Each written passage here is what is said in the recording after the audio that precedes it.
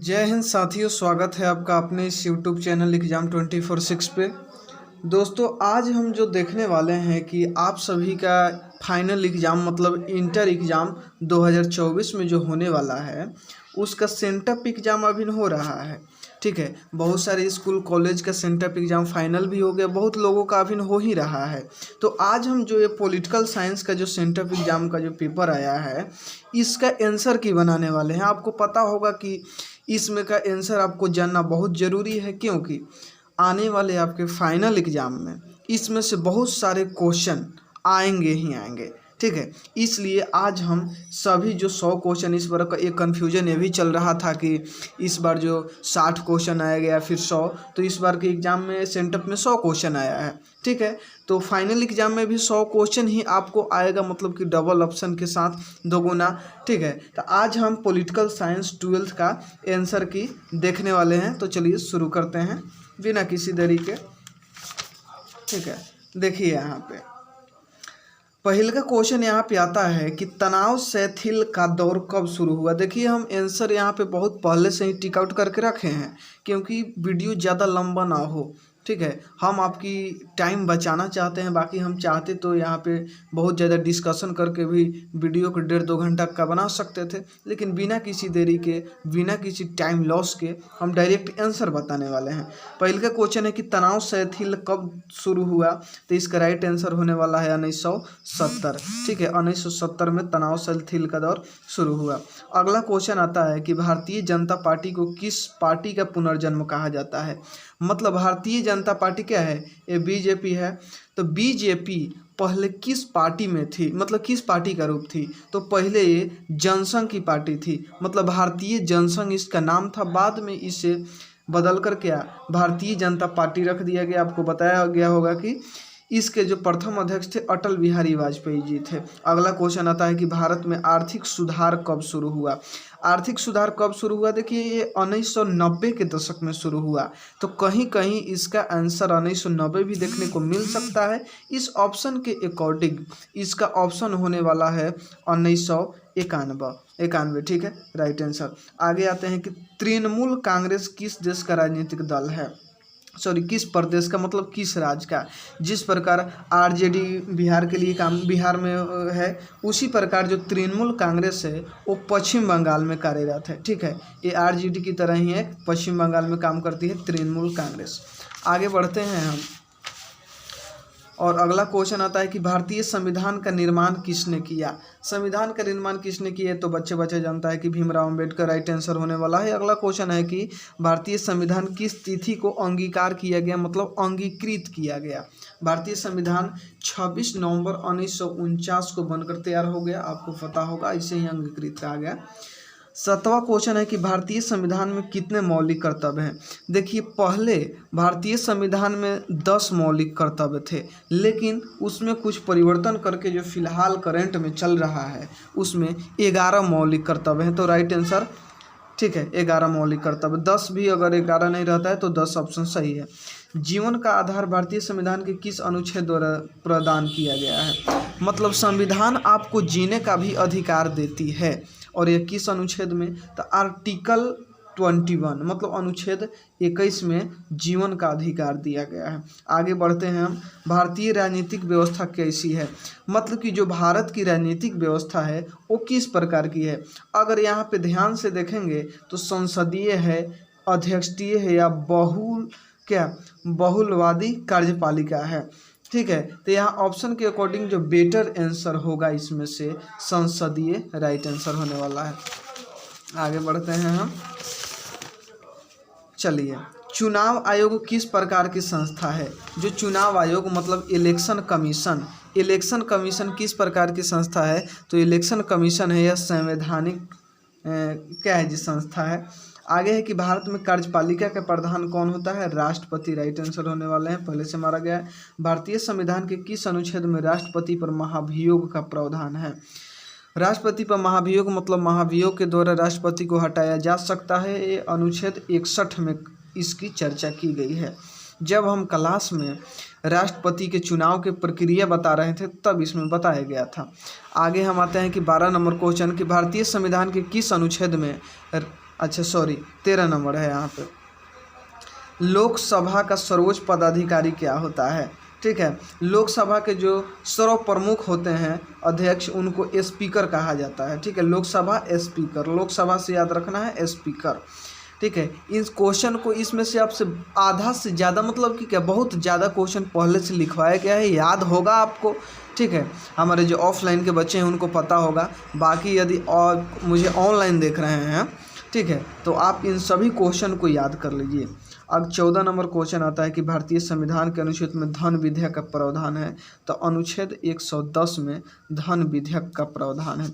हम इसकी सब चर्चा क्लास में कर चुके हैं अपने ऑफलाइन क्लास में, इसलिए हम इस पर कोई ज़्यादा डिस्कशन या डिटेल्स नहीं दे रहे हैं। ठीक है, इसलिए आप लोग समझे नहीं कि हाँ ऐसे बिना समझाए निकल रहे हैं, तो समझाने की इसमें बात क्या है, हम सब चर्चा कर चुके हैं। 15 नंबर क्वेश्चन है कि लोकसभा की अधिकतम संख्या सदस्य संख्या कितनी हो सकती है? तो इसका राइट आंसर होने वाला है 550। ठीक है, लोकसभा में सीटों की अधिकतम संख्या 550 हो सकती है। ये जो 16 नंबर क्वेश्चन है, इस क्वेश्चन को फिलहाल छोड़े हैं हम। ठीक है, क्वेश्चन को कुछ गलती है इसमें देखते हुए। 17 नंबर क्वेश्चन है कि न्यायिक पुनर्विलोकन का अधिकार किसे प्राप्त है? तो सर्वोच्च न्यायालय और उच्च न्यायालय दोनों के सब अधिकार प्राप्त है। अगला है कि महान्यायवादी की नियुक्ति कौन करता है? महान्यायवादी इसका होता है कि अटॉर्नी जनरल। ठीक है, अटॉर्नी जनरल महान्यायवादी, इसकी नियुक्ति राष्ट्रपति के द्वारा की जाती है। अगला क्वेश्चन है कि भारत सरकार द्वारा प्रथम कानूनी अधिकार कौन है? तो महान्यायवादी मतलब अटॉर्नी जनरल भारत सरकार का प्रथम कानूनी अधिकारी होता है।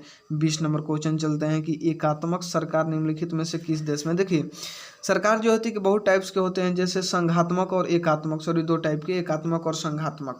इसमें भारत जो है, भारत, अमेरिका और जो कनाडा है, 3 ऐसे हैं जिसमें संघात्मक शासन चलती है। मतलब इसमें बहुत सारी राजनीतिक पार्टियां मिलकर सरकार चलाती है, लेकिन ब्रिटेन जो है उसमें एकात्मक सरकार है। ठीक है, मतलब केवल संघ सरकार ही है। 21 नंबर क्वेश्चन बोलता है यहाँ कि निम्नलिखित में से किसने भारतीय संविधान को अर्ध संघात्मक कहा था? ठीक है, तो जो केसी व्हीयर जो हैं वो भारतीय संविधान को अर्ध संघात्मक बोले थे। आगे बढ़ते हैं हम। जिला नियोजन समिति का प्रावधान किस संवैधानिक संशोधन में किया गया? इसका राइट आंसर है 74वां। 23 नंबर क्वेश्चन है कि भारत में स्थानीय स्वशासन का जनक किसे कहा जाता है? तो भारत में स्थानीय स्वशासन का जो जनक है वो लॉर्ड रिपन को कहा जाता है। 23 नंबर क्वेश्चन का ए आंसर सही है। ठीक है, हम आपकी टाइम को बिल्कुल बचाते हुए चल रहे हैं। ठीक है, 24 नंबर क्वेश्चन, निम्नलिखित में से कौन पंचायती राज से संबंधित समिति नहीं है? ठीक है, इस क्वेश्चन के अतिरिक्त, ठीक है, आपकी किताब में शायद इसकी कोई चर्चा नहीं है, लेकिन अगर इसमें नहीं वाली क्वेश्चन आती है तो इसको हम मार सकते हैं LM सिंघवी कमेटी। ठीक है, इस हिसाब से इसका हम आंसर एक्यूरेट बनाए नहीं हैं अभी। भारत में आंतरिक गड़बड़ी के आधार पर किस वर्ष आपातकाल लागू किया गया था? 25 नंबर क्वेश्चन यही है कि आंतरिक गड़बड़ी के आधार पर, ठीक है, मतलब कि जनता को बताया गया था कि देश में आंतरिक गड़बड़ी है, और इसका राइट आंसर है 1975, जिस समय देश की प्रधानमंत्री श्रीमती इंदिरा गांधी जी थी। इन्हीं के द्वारा, इन्हीं के आदेश के बाद देश में आपातकाल लगाया जा चुका था, जो कि काफ़ी खतरनाक रहा था, जिसमें आपको पता होगा कि बहुत सारे नेताओं को नज़रबंद कर दिया गया था, जेल में डाल दिया गया था, काफ़ी दिनों तक आपातकाल लगा था। 26 नंबर क्वेश्चन है कि संविधान की मूल संरचना के सिद्धांत का प्रतिपादन किस मुकदमे में किया गया? किताब में इसकी चर्चा है। ठीक है, बिल्कुल राइट, केशवानंद भारती मुकदमा। आगे 27 नंबर क्वेश्चन है कि भारतीय संविधान का 42वां संशोधन किसके शासनकाल में पारित हुआ? ठीक है, तो इसका राइट आंसर होने वाला है इंदिरा गांधी। देखिए मेरा गला थोड़ा फंस रहा होगा, ठीक है, क्योंकि ऐसा है, अभी मौसम चेंजिंग हुआ है ना, सर्दी के कारण ऐसा हो रहा है। 28 नंबर क्वेश्चन है कि विधि के शासन का प्रतिपादन किसने किया? तो डायसी। विधि के शासन का प्रतिपादन, इसका राइट आंसर है सी, डायसी। किस वर्ष राज्य पुनर्गठन आयोग बना? ठीक है, राज्य पुनर्गठन आयोग 1953 में बना। इसका राइट आंसर है 1953। 30 का क्वेश्चन है, 30 नंबर की, भारत में प्रथम साम्यवादी मुख्यमंत्री कौन थे? तो भारत के प्रथम साम्यवादी मुख्यमंत्री, ठीक है, इंजीनियर MS नंबूद्रीपाद थे। ठीक है, ऑप्शन डी, ये तमिलनाडु के मुख्यमंत्री शायद थे, एक्यूरेट। आगे बढ़ते हैं हम। योजना आयोग किस प्रकार की संस्था थी? ठीक है, योजना आयोग एक संवैधानिक संस्था थी। ठीक है, इसका जो आगे बताया गया होगा कि योजना आयोग का गठन 1950 में हुआ, बाद में जब नरेंद्र मोदी का शासनकाल आया उसके बाद में इस योजना आयोग को बनकर नीति आयोग बना दिया गया। इस हिसाब से संविधान के किस अनुच्छेद में वित्तीय आपातकाल का प्रावधान है? मतलब किस अनुच्छेद में वित्तीय आपातकाल, ठीक है, मतलब फाइनेंशियल इमरजेंसी मतलब कि रुपया पैसा इससे रिलेटेड, तो 360 अनुच्छेद 360 में इसकी चर्चा है। 33 नंबर क्वेश्चन है कि निम्नलिखित में किसने सुझाव दिया कि आज़ादी के बाद कांग्रेस पार्टी को समाप्त कर देना चाहिए? तो यहाँ ऑप्शन के अकॉर्डिंग महात्मा गांधी को मारा गया है, राइट आंसर। भारत में एकल नागरिकता किस देश से लिया गया है? एकल नागरिकता किस देश से लिया गया है? तो यहाँ भी ऑप्शन के अकॉर्डिंग मारते हैं तो संयुक्त राष्ट्र अमेरिका होगा। किस देश में अलिखित संविधान है? ठीक है, जैसे भारत का संविधान जो क्या है, ऐसा माना जाता है कि भारत का संविधान दुनिया का सबसे बड़ा संविधान है, सबसे बड़ा लिखित संविधान है। ठीक है, तो ये है कि अलिखित संविधान, तो इंग्लैंड यानी कि ब्रिटेन में अलिखित संविधान है।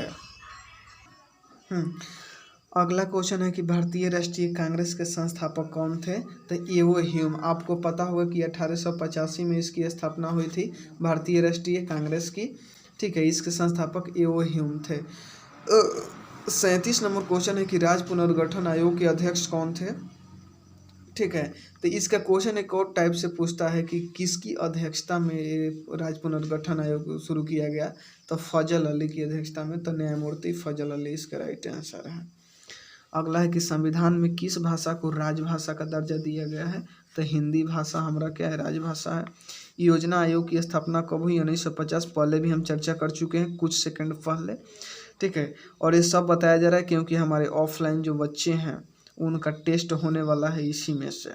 ठीक है, किस देश ने भारत पर आक्रमण कर पंचशील का उल्लंघन कर दिया?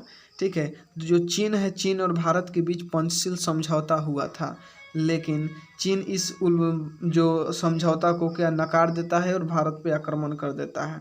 तो राइट आंसर चीन है। भारतीय राष्ट्रीय कांग्रेस की प्रथम महिला अध्यक्ष एनी बेसेंट। आगे बढ़ते हैं कि गैर कांग्रेसवाद का नारा कौन दिया? तो राम मनोहर लोहिया इसके राइट आंसर होने वाले हैं। अगला है कि नवनिर्माण आंदोलन किस राज्य में विफल हुआ, मतलब असफल हुआ? जो नवनिर्माण आंदोलन चलाया जा रहा था वो गुजरात में जाकर क्या हो जाता है, असफल हो जाता है। गुजरात में शुरू होता है, वो असफल भी हो जाता है। देखिए, ये क्वेश्चन बोला है कि राष्ट्रीय जनता दल भारत के किस राज्य में सक्रिय है? तो राष्ट्रीय जनता दल, इतना मतलब कि पढ़ने के बाद थोड़ा कन्फ्यूजन होगा। तो राष्ट्रीय जनता दल मतलब क्या है, RJD ही है।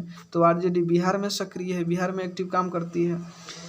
आगे है कि बोडोलैंड स्वायत्तशासी परिषद किस राज्य में है? राइट आंसर होने वाला है असम। 45 नंबर, अच्छा 46 नंबर है कि पिछड़ा आयोग के प्रथम अध्यक्ष कौन थे? ठीक है, जो बैकवर्ड क्लास मतलब पिछड़ा वर्ग है उसके अध्यक्ष थे काका कालेकर। 47 नंबर क्वेश्चन है हमारा कि सूचना का अधिकार किस वर्ष पारित हुआ? तो 2005 में। इसमें चैप्टर जब पढ़ाया गया था तब डिटेल से बताया गया था कि इसमें लोगों को ये अधिकार दिया गया कि अब किसी भी से भी क्या कुछ भी हो रहा है समाज में काम, तो उससे सूचना प्राप्त करने का अधिकार है। 48 नंबर क्वेश्चन है कि निम्नलिखित में से नाटो का सदस्य नहीं है। नाटो में कितने सदस्य थे हम ये लिखवाए हैं, उसमें से आपको नहीं वाला मतलब कितने हैं और उसके अतिरिक्त इस चारों ऑप्शन के अकॉर्डिंग ये आपका है। ठीक है, आप देख लेना यहाँ से। 49 नंबर है कि एशिया का कौन सा देश G8 का सदस्य है? ठीक है, तो G8 का सदस्य जो है कि जापान है। दक्षेश में कुल, दक्षेश मतलब होता है इंग्लिश में इसे सार्क बोलते हैं, south Asian association regional corporation. ठीक है, इस हिसाब से 8 गो देश हैं। किसकी सिफारिश पर महासभा महासचिव की नियुक्ति करता है? तो सुरक्षा परिषद इसका राइट आंसर होने वाला है। आगे बढ़ते हैं हम। मेघा पाटेकर का नाम किससे संबंधित है? नर्मदा बचाओ आंदोलन से संबंधित है। भूमंडलीकरण किस विचारधारा पर आधारित है? तो उदारवाद। भूमंडलीकरण जो है उदारवाद पर आधारित है। अगला क्वेश्चन है कि मैकमोहन रेखा कहाँ है? तो मैकमोहन रेखा जो है कि अरुणाचल प्रदेश में है। 56 में है स्वतंत्र भारत के प्रथम गवर्नर जनरल कौन थे? 56 यहाँ पे है, तो इसका राइट आंसर है लॉर्ड माउंटबेटन। ठीक है, स्वतंत्र भारत के प्रथम गवर्नर जनरल लॉर्ड माउंटबेटन थे।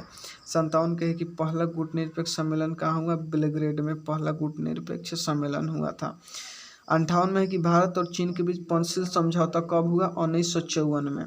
ठीक है, 1954 में पंचशील समझौता हुआ था, लेकिन हम पहले बताए हैं कि कुछ दिनों बाद मतलब कुछ सालों बाद चीन जो है भारत पे आक्रमण करके इस समझौता को क्या भंग कर देता है।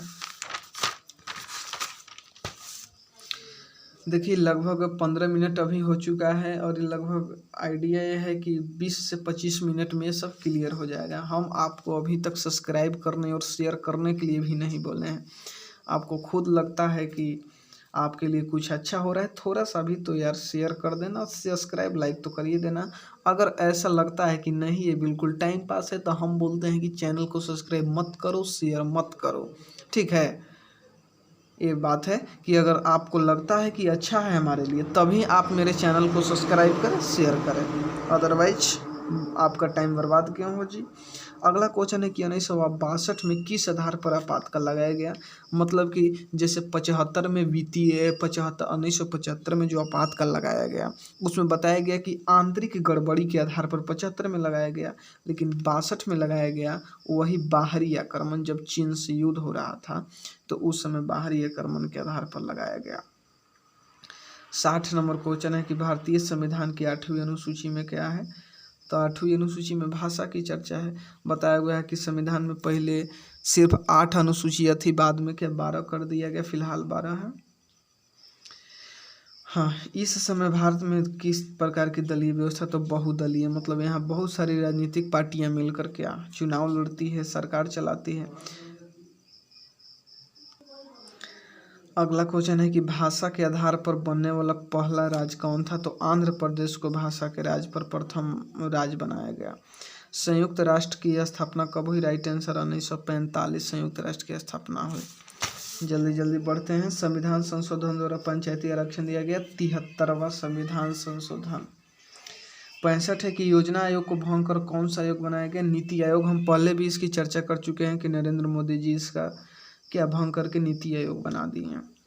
पंचायत समिति का प्रमुख कौन होता है? सरपंच। पंचायत समिति का प्रमुख होता है सरपंच, वही ग्राम पंचायत का पूछे तो मुखिया होगा। ठीक है, ग्राम पंचायत का मुखिया और पंचायत समिति का सरपंच। भारत के विदेश नीति का आधार क्या है? विश्व शांति। भारत जो है क्या विश्व शांति चाहता है, बहुत शांति चाहता है। यूएनओ निशस्त्रीकरण, इसका सिर्फ एक, अगर यूएनओ नहीं भी पूछता है, डायरेक्ट निशस्त्रीकरण पूछता है तो राइट आंसर 1952 है, अदरवाइज ये लगा दिया है यूएनओ। ठीक है, राइट आंसर 1952। आगे बढ़ते हैं। भारत में कुल कितने राज्य हैं बताइए। अगला क्वेश्चन है कि निम्नलिखित में से किस देश ने सुरक्षा परिषद में, अच्छा इसको अभी डाला गया है पेंडिंग में। ठीक है, आगे 71 में बढ़ते हैं। कांग्रेस का विभाजन कब हुआ? कांग्रेस का विभाजन 1971 में हुआ। गोवा भारत का राज्य 1987 में बना। पर्यावरण की सुरक्षा के लिए सबसे पहले अंतर्राष्ट्रीय सम्मेलन का हुआ? रियो डी जेनेरियो, जिसे पृथ्वी सम्मेलन भी कहते हैं। ठीक है, Rio de Janeiro. 74 number question आता है कि भारत में राष्ट्रपति पद के लिए न्यूनतम आयु कितनी है? ठीक है, 35 वर्ष। अगला क्वेश्चन है कि क्षेत्रवाद की भावना का एक कुपरिणाम क्या है? ठीक है, तो अलगाववाद, क्षेत्रवाद जैसे जातिवाद होता है उसी प्रकार क्षेत्रवाद जैसे जातिवाद मतलब कि जो दो जातियों के बीच भेदभाव, तो क्षेत्र मतलब कि क्षेत्र के आधार पर भेदभाव। जैसे तमिलनाडु और बिहार के बीच कुछ दिन पहले भेदभाव हुआ था, अलगाव हुआ था। कुछ दिन पहले बिहार मुंबई के बीच भेदभाव हुआ था, तो ये सारी क्षेत्रवाद का एग्जाम्पल है। अंतर्राष्ट्रीय मुख्यालय का न्यायालय कहाँ है? जेनेवा में है। 1975 में आपातकाल के दौरान राष्ट्रपति कौन थे? फखरुद्दीन अली अहमद। इस समय प्रधानमंत्री इंदिरा गांधी थी और अली अहमद जी राष्ट्रपति थे। राज्यसभा का पदेन सभापति उपराष्ट्रपति होते हैं, क्योंकि पता होगा उपराष्ट्रपति जी का कोई ज़्यादा काम है नहीं, इसलिए पदेन सभापति बना दिया जाता है। ले भैया, कानून का समान संरक्षण कहाँ से लिया गया है? तो संयुक्त राष्ट्र अमेरिका से लिया गया है कानून का समान संरक्षण। आगे आते हैं कि भारतीय संविधान में समवर्ती सूची कहाँ से लिया गया है? तो समवर्ती सूची जो लिया गया है ऑस्ट्रेलिया से लिया गया है। आपको पता होगा कि सूची जो होती है संघ सूची, राज्य सूची, समवर्ती सूची और एक लास्ट में अवशिष्ट सूची होती है। संघ सूची मतलब होता है देश का, उस पर अधिकार होगा। राज्य सूची मतलब क्या? राज्य का अधिकार। समवर्ती मतलब दोनों का अधिकार। अवशिष्ट मतलब क्या? कि कुछ अगर नया चीज़ का होता है आविष्कार तो उसमें डाल देंगे जिस पर केंद्र सरकार का अधिकार माना जाएगा। डिटेल्स इसकी चर्चा क्लास में किए हैं, इसलिए अभी हम नहीं करेंगे। धन्यवाद। आगे बढ़ते हैं 82 नंबर क्वेश्चन की, भारत में प्रतिबद्ध नौकरशाही के विचार का समर्थन किसने किया? इंदिरा गांधी। राइट आंसर है। 83 में है कि सौराष्ट्र क्षेत्र किस राज्य में आता है? गुजरात। 84 में किसने खुले द्वार की नीति अपनाई? जो चीन था वो खुले द्वार की नीति अपनाई, मतलब बिना किसी रोक टोक के व्यापार आपको करना है। 85 नंबर है, संविधान के किस भाग को आयरलैंड से लिया गया था? राज्य के नीति निर्देशक तत्व जो है उसको आयरलैंड से लिया गया है। संपत्ति का अधिकार किस वर्ग में आता था? तो मूल अधिकार में आता था। ठीक है, संपत्ति का अधिकार पहले मौलिक अधिकार था। 1946 में संविधान सभा में देशी रियासतों के कुल कितने स्थान दिए गए थे? तो राइट आंसर है 93। संविधान के किस अनुच्छेद के अंतर्गत जो मंत्रीगण है सामूहिक रूप से लोकसभा के प्रति उत्तरदायी होते हैं? तो अनुच्छेद 75। ठीक है, अनुच्छेद 75 के अंतर्गत जो मंत्री लोग जो हैं वो के लोकसभा के प्रति उत्तरदायी होते हैं। 89 नंबर क्वेश्चन है कि दोनों सदनों मतलब लोकसभा और राज्यसभा की बैठक की अध्यक्षता कौन कर सकता है? तो लोकसभा के 2 अध्यक्ष होते हैं, वो दोनों सदन की अध्यक्षता कर सकता है। अगला क्वेश्चन है कि बांग्लादेश कब स्वतंत्र हुआ? तो इसका राइट आंसर है 1971 में। 1885 में किस दल की स्थापना हुई? तो भारतीय राष्ट्रीय कांग्रेस मतलब कांग्रेस की स्थापना वो हिंद और 1885 में हुई। परमाणु और प्रसार संधि पर किस देश ने हस्ताक्षर नहीं किया? राइट आंसर है भारत। भारत जो है परमाणु और प्रसार संधि पर हस्ताक्षर नहीं किया। 73वां संविधान संशोधन द्वारा कौन सी अनुसूची जोड़ी गई? तो 11वीं अनुसूची जोड़ी गई उसमें। ठीक है, बाकी इसमें कोई ये क्वेश्चन कभी पूछने वाला है नहीं, इसलिए नो टेंशन। ठीक है, तो आप इस वीडियो को शेयर कीजिए, सब्सक्राइब कीजिए। जो भी 12th के स्टूडेंट आपके साथ है जिनका पॉलिटिकल साइंस है, आप उससे इस वीडियो को शेयर कीजिए ज़रूर। एग्ज़ाम में इसमें से ज़रूर क्वेश्चन आएगा। ठीक है, आज की क्लास यहीं तक।